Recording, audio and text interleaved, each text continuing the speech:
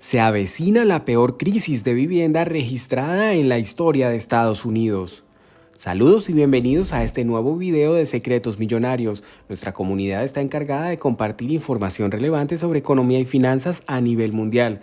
Así que si te encuentras en la búsqueda de noticias importantes y consejos útiles, te invitamos a que te suscribas al canal, actives la campana de notificaciones y le des like a nuestro video. De esa forma estarás al tanto de las novedades que tenemos preparadas para ti. Ahora bien, comencemos.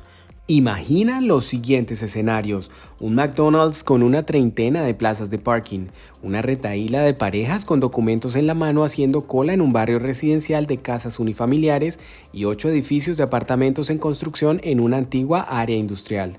¿Qué tienen en común?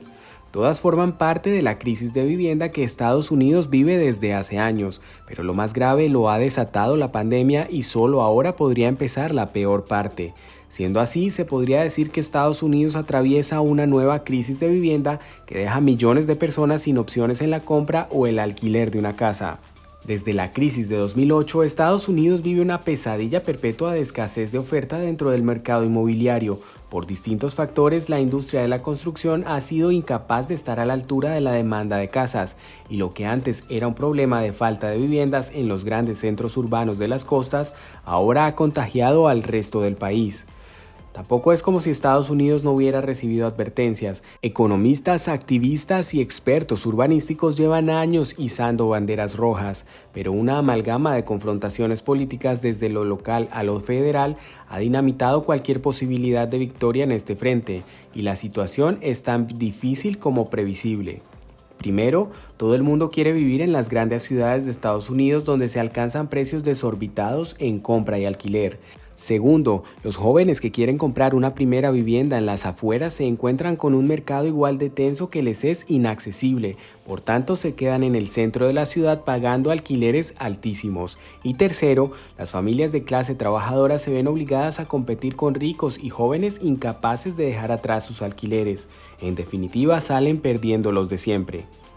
Te invitamos a que nos acompañes hasta el final, claro, solo si deseas conocer el origen de esta crisis de vivienda y cómo podría afectarte. Pero, ¿cómo se ha llegado a esta crisis de la vivienda en Estados Unidos? El inicio de los problemas se remonta a la crisis de 2008, cuando la debacle inmobiliaria dejó tiritando a la industria de la construcción. Más de 1,5 millones de trabajadores abandonaron el sector entre 2007 y 2009. En los años posteriores, la recuperación económica y las hipotecas baratas permitieron la entrada de cada vez más compradores. Eso incluía a primeros compradores millennials, pero también grandes firmas que podían pedir dinero prestado con intereses muy bajos para comprar viviendas que luego alquilarían. Pero la escasez de casas construidas en la década posterior a la crisis, sumada a la escasez de trabajadores en la construcción, dificultó que la industria estuviera a la altura de esa demanda. La pandemia solo hizo que el problema se agrandara. Conforme más trabajadores vieron que la opción de trabajar desde pequeños apartamentos en la ciudad tenía poco atractivo, las casas unifamiliares de las afueras ganaban enteros. Con el aumento de la inflación a finales de 2021, la Reserva Federal empezó a cambiar una estrategia que había mantenido casi intacta desde 2008, mantener los tipos de interés bajos para energizar la economía. Sin embargo, en 2022, esta entidad tomó una postura agresiva con subidas contundentes de los tipos de interés. De forma inevitable, los precios de las hipotecas también han aumentado. Y aunque en un primer momento eso pueda alejar a los compradores del mercado de la vivienda y así normalizar el mercado, lo cierto es que un aumento de tipos también ahuyenta a los constructores de las parcelas porque piden menos dinero prestado para construir. Por si fuera poco, la crisis de la cadena de suministros, la crisis energética, la crisis inflacionaria y la fortaleza del dólar han encarecido materias primas como el aluminio, haciendo más difícil la construcción de más casas. Un factor completamente insostenible para el gobierno. Toda esta problemática hace que el gobierno de Estados Unidos observe cómo se reduce la demanda extrema de los últimos años, pero sin que la oferta mejore lo suficientemente rápido. Y eso es una mala noticia teniendo en cuenta los siguientes aspectos. Estados Unidos necesitaría casi 4 millones de casas para paliar la crisis de vivienda por la que pasa en estos momentos, según un análisis de la firma Freddie Mac del pasado verano. La escasez se ha duplicado entre 2012 y 2019, agravándose en hasta 47 estados de los 50 que tiene el país, según la firma de políticas e investigación Up for the Growth. Y las grandes ciudades han visto cómo la compra y el alquiler de viviendas en Estados Unidos se disparaban por encima del 20, el 30 e incluso el 45% solo en el último par de años, dependiendo de la localidad. Todos responden también a distintos factores y presiones políticas, sea desde los propios gobiernos o desde las comunidades locales. Por ejemplo, el McDonald's está en un barrio del South Bronx, una de las zonas más densas de todo Estados Unidos. Las 30 plazas de parking del restaurante apenas se usan, por lo que en la zona en la que está construido el McDonald's podrían haberse incluido varios edificios de apartamentos, pero el proceso para un proyecto de esa envergadura es extremadamente caro y burocrático. Antes de continuar con esta noticia, nos gustaría que te suscribieses al canal y nos dejes un like en este video. Durante la semana compartiremos muchas más noticias para que puedas lidiar con la crisis que se vive actualmente a nivel mundial. La crisis inmobiliaria en Estados Unidos, zonificación y NIMBY. La presencia del McDonald's y el rechazo a otras nuevas construcciones tiene que ver con dos fenómenos de necesaria mención, la zonificación y el NIMBY, o movimiento no en mi patio trasero. La zonificación suele responder a las categorías con las que los gobiernos locales determinan qué tipo de proyectos se pueden construir en qué sitio. Además, la excesiva zonificación ha posibilitado la llegada de McDonald's, pero no la de edificios de apartamentos, bien por altura, cantidad de apartamentos o simplemente porque no incluyen locales comerciales.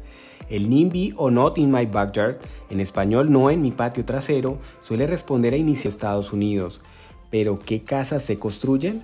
Ahí va la otra clave. Los edificios de apartamentos que están construyendo en los barrios cuentan con gimnasio y piscina a precios que superan la media del mercado.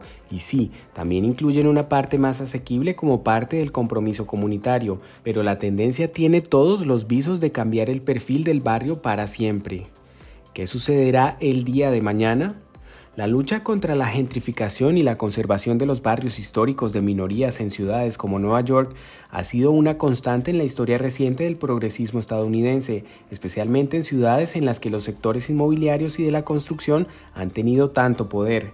Pero la crisis de la vivienda en Estados Unidos está haciendo que muchos líderes a niveles local, estatal y federal cambien sus prioridades. Los líderes progresistas como Alexandria Ocasio-Cortez están abogando por la construcción de más viviendas, aunque sin ceder demasiadas concesiones a los constructores.